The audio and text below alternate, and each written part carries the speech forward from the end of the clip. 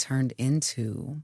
And with my husband, the same man who once vowed to safeguard my heart, turning his back on the chaos he helped create as if it were just another ordinary day.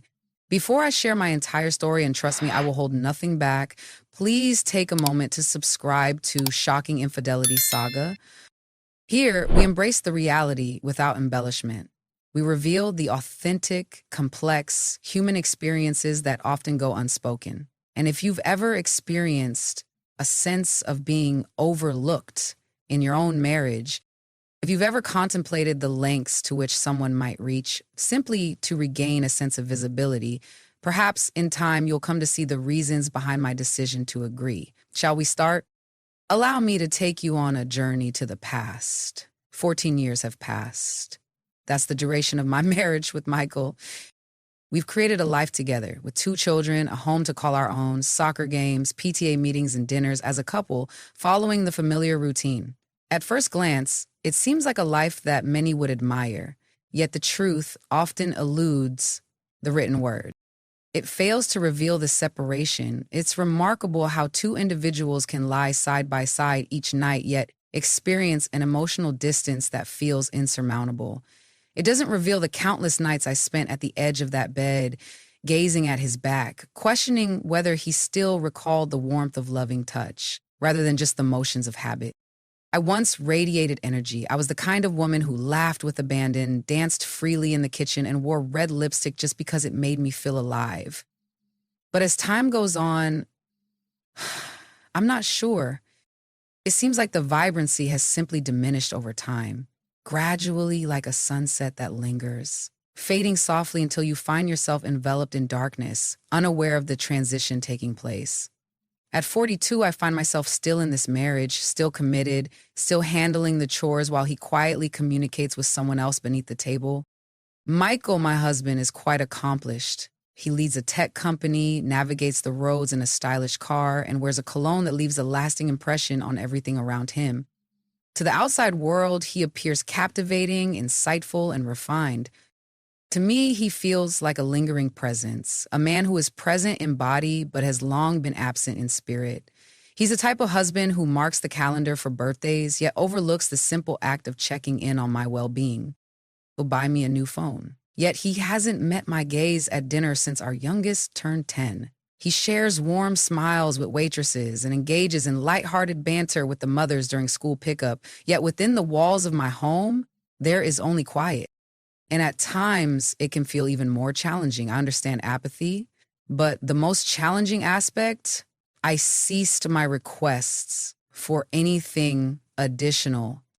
At a certain moment, remaining quiet feels easier than facing the pain of being turned away. Then there's my sister, Jessica. She's 7 years my junior and possesses a captivating presence that draws attention the moment she enters a room.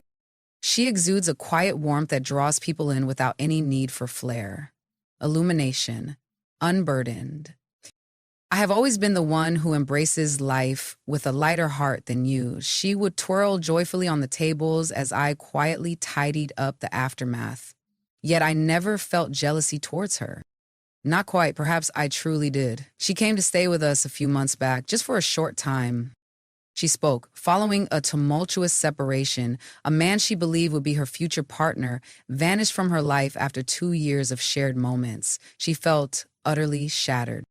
As her older sister, I acted in the way that any caring sibling would. I opened my heart for her. Within the walls of our home, within our everyday lives. Throughout my journey, it was meant to be a short-lived situation. Our house is truly a sight to behold. 3 bedrooms, a meticulously cared-for lawn, soft lighting that creates a comforting ambiance. It's the sort of home that radiates warmth and togetherness. Yet it feels so superficial, like an exquisitely arranged sanctuary. Everything is in order. No spirit. The kitchen carries the lingering scent of vanilla candles mixed with the faint trace of burnt coffee. Family portraits adorn the walls, showcasing cheerful expressions, coordinated outfits, and bright smiles. Yet there are moments when I gaze at them and they seem distant, as if they've drifted away from who we are. They seem distant and unfamiliar. It felt like a life we were only acting out, because beneath those cheerful images lie neglected meals, unanswered calls, Disagreements that lingered, simmering beneath the surface, filled with unspoken feelings and fleeting looks, nuanced ones. The connection between Michael and Jessica. I began to observe it in subtle instances. The way he gazed at her when she found joy and laughter, his unexpected willingness to lend a hand whenever she was nearby, how his gaze held for just a moment longer than necessary when she entered the room in one of those soft, comfortable t-shirts she enjoyed wearing at home. Initially, I dismissed it. I reassured myself that he was simply showing kindness. Jessica was in pain, and he was doing his best to create a sense of belonging for her. Isn't that true? But my instincts, my intuition whispered a different truth. It inevitably happens, that unsettling sensation deep within you when things feel off, yet I chose to overlook it because recognizing it would require confronting a reality I wasn't prepared to accept. I was already burdened with so many unresolved questions about our marriage. We created our own little world. I put on a smile when it was expected of me, ensured Jessica felt at ease, helped Michael find his peace. I held it all together. From the outside, we appeared to be a family, yet beneath the surface, decay lingered within the walls. Like a quiet erosion, slowly undermining the very essence of what I believed I had built. And in some way, I felt it within me. Just a single spark is all that's needed. A daring, unsettling, impulsive ignition to let it all go. And Michael, he clutched the match tightly. It took place on a Saturday evening, only the three of us. Michael, Jessica, and I gathered at the dining table. The children are already settled in for the night.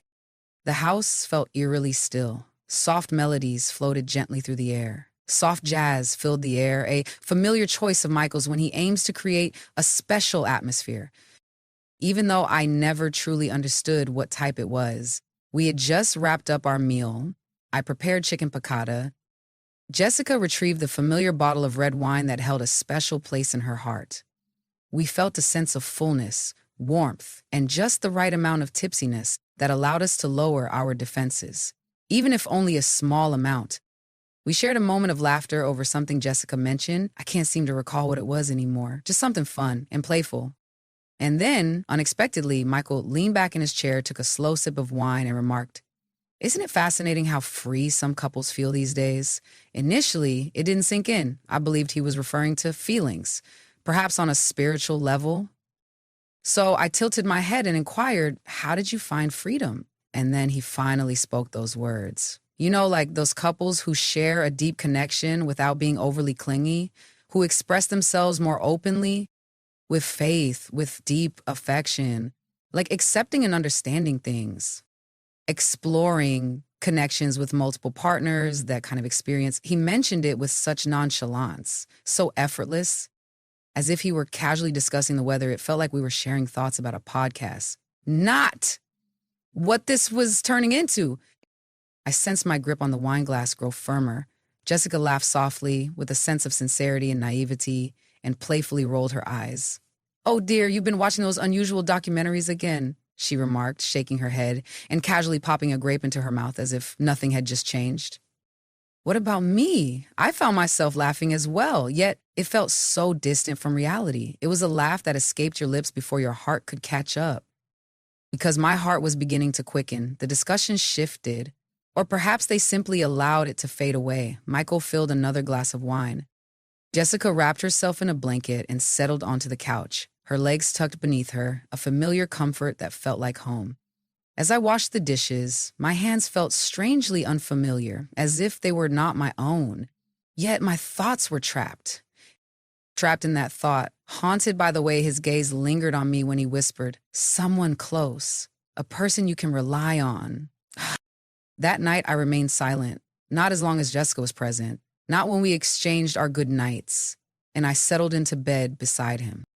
Not even when I gazed up at the ceiling in the dark, hearing his steady breathing next to me, peaceful, at ease, as if he hadn't just revealed something I wasn't prepared to confront. It was only the following evening, after Jessica had stepped out for a walk and the children were absorbed in their video games, that he revisited the topic. We found ourselves in the kitchen. I was gently cleaning the counter. He stood behind me, silent and contemplative. It feels overwhelmingly silent. "You know I would never do anything to harm you," he said. I felt paralyzed. That phrase always signals that something significant is on the horizon, and whatever it was, I sensed it wouldn't end well. "I'm serious about this," he went on. "I could never bring myself to do anything that would hurt you. However, if you're willing to explore this, we could deepen our connection like never before." I slowly turned around. "Michael, can you clarify what you mean?" And then he spoke it openly, without remorse, without a moment's pause. "What if we invited someone close to help us reconnect emotionally? Someone we both trust?" My heart sank. My body felt a chill wash over me. "I'm not suggesting that anything needs to occur," he added hastily, "but consider it for a moment. We share a deep bond and care for one another. We have faith in one another. It's not as if it would be considered betrayal. It would be an experience unlike any other, something profound." I remained silent. I was unable to. I stood there, dish towel in hand, gazing at the man I believed I understood. This man who would gently kiss my forehead before heading to work, who shed tears of joy when our daughter entered the world, who would softly whisper his love into the back of my neck when he believed I was asleep. And now he was asking me to, what if we brought someone close to us into the conversation to help us reconnect emotionally? I felt a wave of unease, as if the ground was shifting subtly beneath me. Yet the most unsettling aspect was not merely what he said. It was the expression in his eyes, serene, determined, filled with promise. He truly meant it, every single word. And that's when it hit me. This was more than just a dream for him. This was not a mere jest born from inebriation. This was a longing he had held onto for some time. And now he had finally voiced his feelings. I spent the entire night awake. I lay there in our bed next to Michael, gazing at the ceiling, attempting to grasp the reality of what had just unfolded. He had invited me to include my sister in our marriage, in our shared space, not as a jest, not casually, but as if it were something profound, organic, and reasonable. All I could think was how long it had been since he had touched me. No gentle hand on my back as I walked by, no lingering kiss, not even a glance that conveyed, "You're still beautiful to me." But now, he expressed a longing that blurred boundaries I never thought we'd confront, especially involving someone close to me. That night, I shifted onto my side and gazed at him. His face radiated tranquility, a serene expression, as if he had finally let go of his struggles. All I felt was turmoil, a relentless, overwhelming storm within my chest that I couldn't calm, no matter how still I tried to be. The memories flooded my mind, vivid scenes of Jessica in her tank tops twirling in the kitchen, her laughter ringing out as she found joy in Michael's dry humor, as if he were the most amusing person alive. I recall that moment from last month when we were grilling outside and Jessica accidentally spilled her drink. Michael hurried to get a towel, but it was the tenderness of his touch on her back and the warmth of her smile that lingered in the air. I convinced myself it was harmless, but now I'm uncertain. Had it been unfolding right in front of me all along? Was I truly unaware, or had I simply decided to look away? I made an effort to approach the situation with logic. He approached me first, I reassured myself. He was open about his actions. He was honest with me throughout. He presented me with an option. Isn't that what everyone claims to desire in a relationship? Truthfulness? But then another voice inside me, the one I've silenced so many times, whispered, what kind of man believes that sharing his wife with her sister is a true expression of love?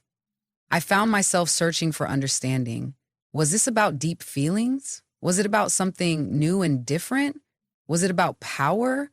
Or was it about something so much deeper that I wasn't prepared to confront? I wandered through the following days, enveloped in a haze of confusion.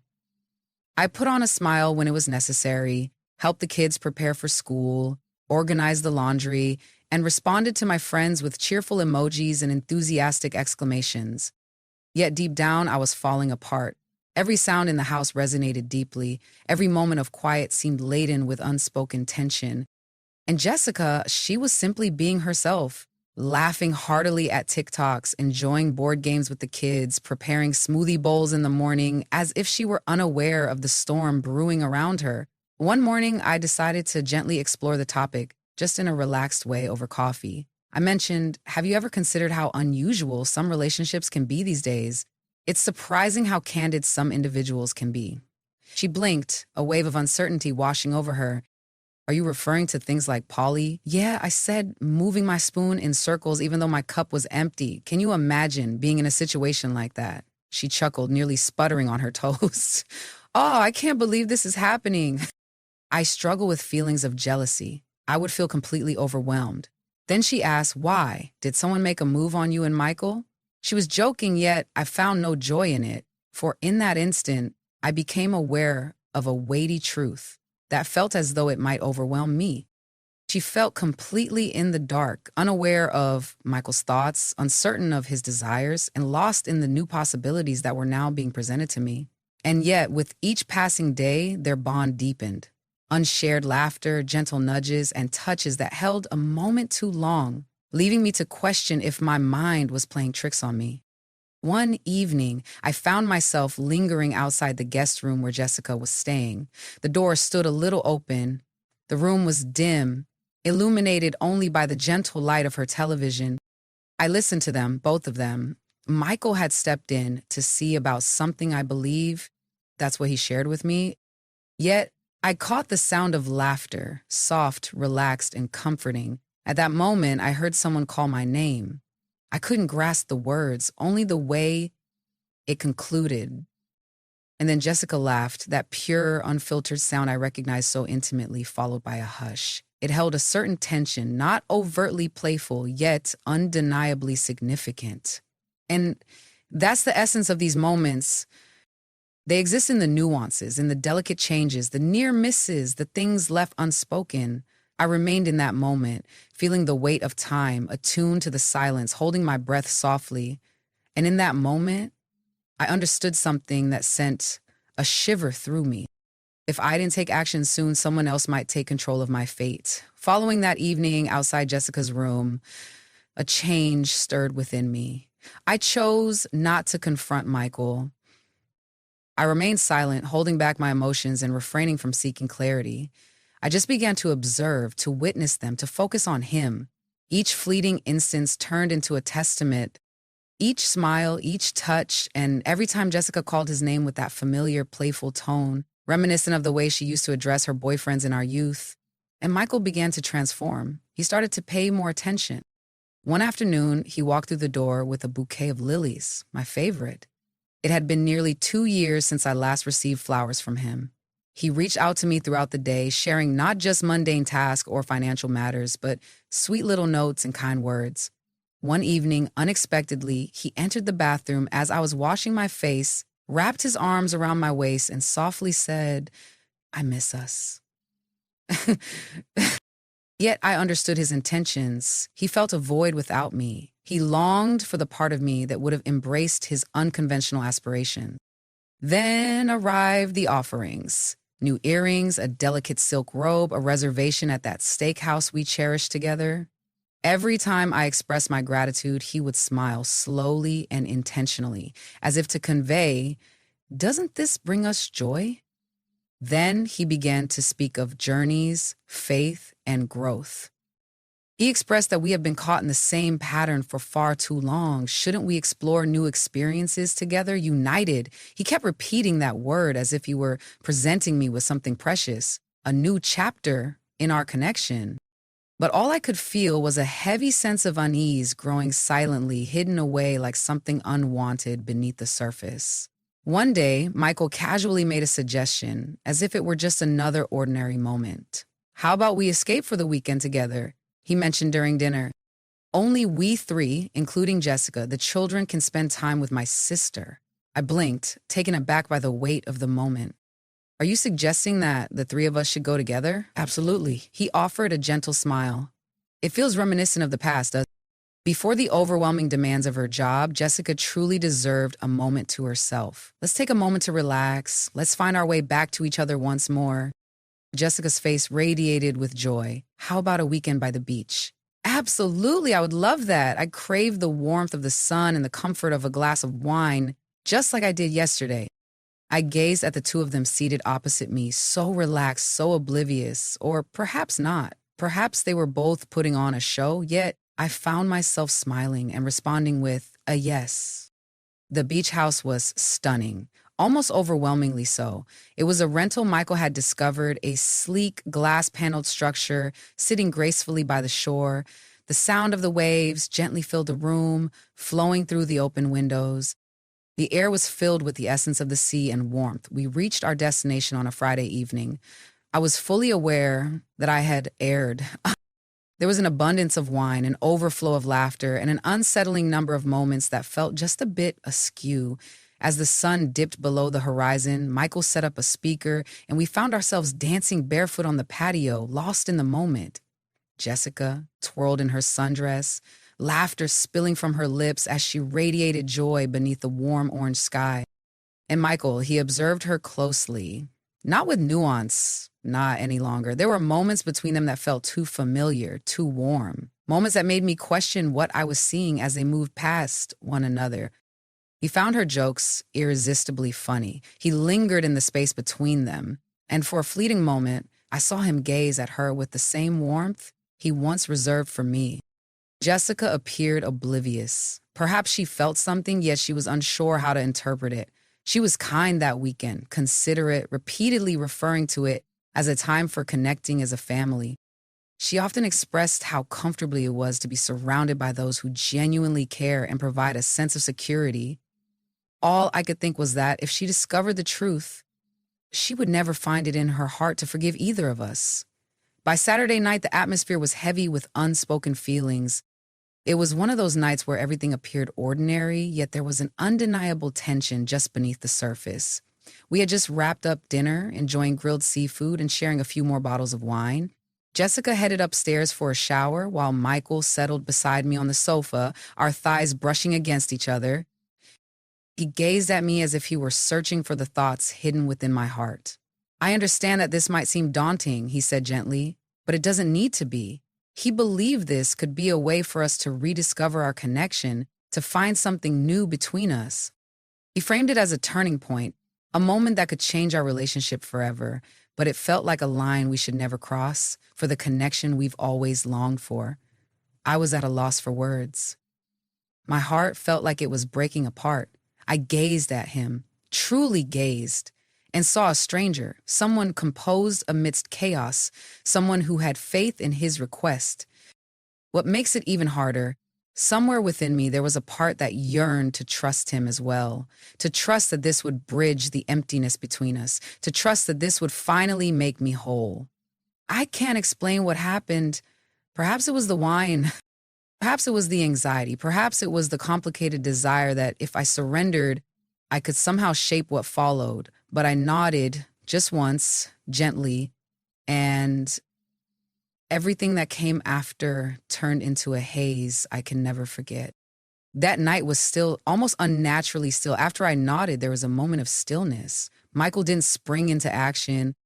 He simply sat beside me, smiling with a warmth that felt almost gentle. He reached for my hand, pressed a gentle kiss to it, and murmured, "Trust me." In that moment, I found myself following his lead. She came into the room, casually dressed, looking like the carefree sister I had always known. She reminded me of the little sister I once braided hair for, tucked in and shielded from nightmares. She looked carefree, like the sister I used to protect. Meanwhile, I felt the weight of everything unsaid pressing on me. We were nestled on the couch, the wine continuing to pour, the warmth of the fireplace enveloping us. And Michael said it just like that. He brought up an idea that made my heart race, something about all of us spending more intentional time together. I wasn't sure what he truly meant. Jessica blinked, her expression shifted, revealing a blend of uncertainty and shock. "What?" She laughed, but it was a nervous kind of laugh, the sort that climbs too high and too quickly. "You must be kidding, right?" Michael gazed at her, composed and unwavering. "No," he said, "we trust each other and believe in our bond. This could be an opportunity to explore something meaningful, something different." Jessica turned to me, her eyes wide, filled with a sense of urgency. "Wait, are you both all right with this? Are you certain?" I chose not to respond. I was unable to. The words lingered in a space between my ribs and my throat, so Michael spoke for both of us. "We are certain," he replied. "This is about understanding and closeness. We all desire a deeper connection." And then everything began to change. I didn't hold them back. I remained silent. I simply observed as it all happened. It felt as if I were detached from my own existence, as if I were observing from a distance, a quiet observer to the chaos of my own disintegration. Jessica leaned back, her mind racing, caught in a whirlwind of thoughts. Michael approached her deliberately, and I remained motionless, not from ease, not from agreement, but from a sense of emptiness. It felt as if I were witnessing a vehicle glide dangerously close to a precipice, powerless to intervene. But then, just as the moment was about to unfold, before that last boundary was crossed, Jessica withdrew quickly, in an instant. Her expression shifted. Her entire body tensed. She rose to her feet, shaking her head. Her voice trembled as she spoke. "This doesn't feel right," she expressed. "I just can't go on like this. This feels completely overwhelming. What are we doing?" She gazed at me, truly gazed, and in her eyes I witnessed a fracture. Then she turned and dashed upstairs, hurried into the guest bathroom and secured the door behind her. I didn't pursue her. Michael didn't either. We just sat there, enveloped in this silence, the kind of silence that feels vibrant. It was overwhelming, filled with unspoken words. Michael rose slowly, ran a hand through his hair and whispered, "She'll be okay."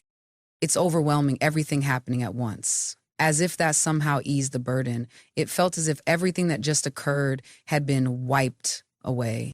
But what about me? I sat still on that couch in the beach house, the fire crackling beside me, a glass of untouched wine in my hand. All I could think was, what just happened? Jessica stayed inside that night. We could hear her soft cries just once through the door. And that was the final moment. The last time she ever met my gaze, I lost her that evening. Not due to the events that unfolded, but due to the near miss. Because I failed to intervene. Because I failed to safeguard her. And in doing so, I neglected my own well-being because I allowed silence to convey my thoughts. And in that silence, everything was revealed. By morning, Jessica was no longer there. No farewells, no clashes. There was no note. Simply vanished. I heard the front door close around 6 a.m. I peeked out the window and saw her tossing her duffel bag into the back seat of her car. She didn't even look back at the house. I didn't check if we were watching. I didn't care. To be truthful, I wouldn't have done that either. Michael remained in a deep slumber as she quietly slipped away, or at least putting on a front. I sat on the edge of the bed, gazing at the floor for what seemed like an eternity. The carpet underfoot was almost too plush. The atmosphere in the room was stifling. Everything felt off. And when Michael finally opened his eyes, he yawned as if it were just another ordinary morning. Like nothing had happened, like we hadn't broken something precious just hours before. He sat up, stretched, and smiled at me. And then he said it, that sentence that still makes my stomach twist whenever I think about it. "You showed such courage last night," he murmured. "We're united now." United? I felt like a fragile shard split right down the middle, still intact in a way, yet so close to breaking apart. The journey back from the beach house was subdued. Michael steered with one hand, sunglasses perched on his nose, softly humming along to the radio.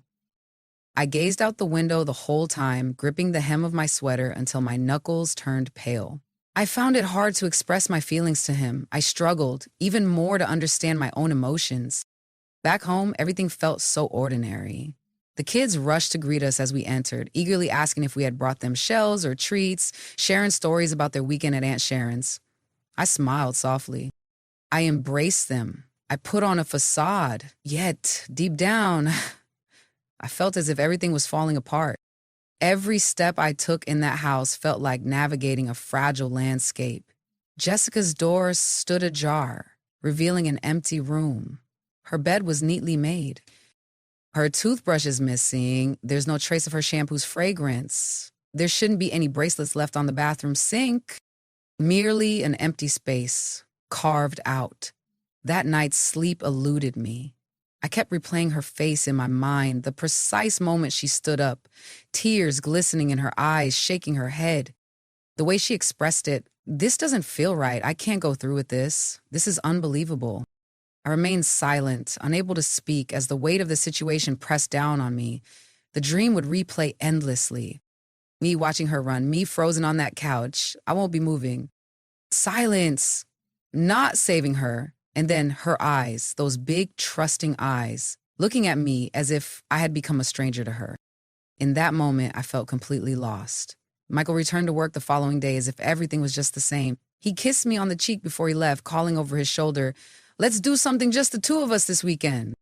"You truly deserve this." And I stood in the kitchen, still in my pajamas, staring at the toaster as if it held the answers to the unspoken questions swirling in my mind. The kids were the first to notice.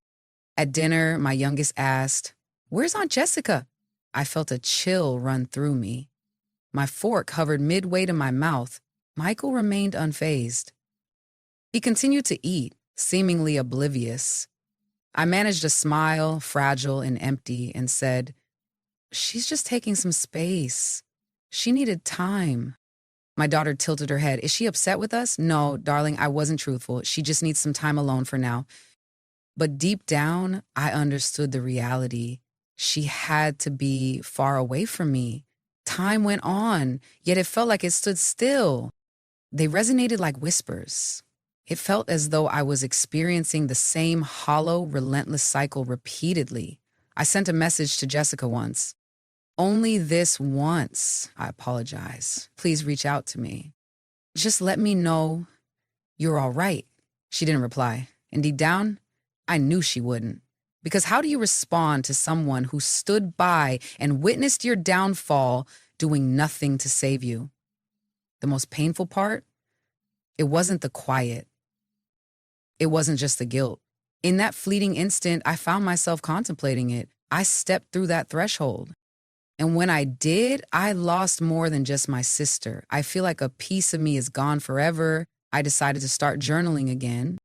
Not because I believed it would solve anything, but because I had no other place to bear the burden, the weight, the embarrassment, the chaos swirling in my mind. The initial line I penned. I gazed at it for what felt like an eternity before I finally put pen to paper. It wasn't solely his desire, and the second line emerged as if it were a revelation. I didn't realize I was holding this burden. A piece of me desired it as well. Not the action, not what he truly desired, but the recognition, the notion of being sought after, yearned for, acknowledged. After years of feeling unseen, overlooked, and unappreciated, there was something so alluring about the idea of being noticed once more, even if the attention came from an unexpected place, even if it was tainted from the beginning. And then I wrote a question that I still don't have an answer to. Did I say yes to feel closer to my husband or just to feel anything at all? Because that's the part no one tells you about longing. It doesn't always lead you to someone else. Sometimes it guides you to your true self, the most isolated, shadowy part of who you are. The person who consents to choices you promised yourself you would never make. The individual who allows quietude to convey her feelings. The person who sacrifices her true self to avoid being lost. I've been replaying that night over and over in my thoughts, not